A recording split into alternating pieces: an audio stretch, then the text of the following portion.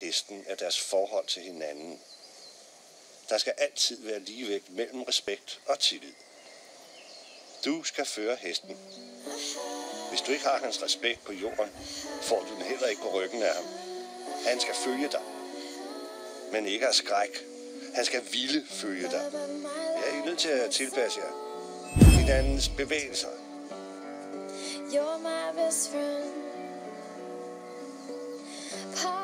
Heste kommunikerer gennem kropssprog og energi.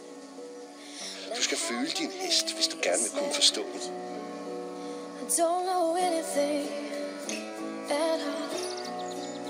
Heste forstår billeder. Vis ham et billede af, hvad du vil have, han skal gøre. Hvis han stoler på dig, kan du bare tænke en tanke, og så følger han dig. Og hvis han ikke gør, er det ikke hans fejl, men din. Ifølge sagnet er hesten og den sovende bestemt for hinanden. Men først må du overbevise ham om, at du er føreren. I skal være en flok. En flok?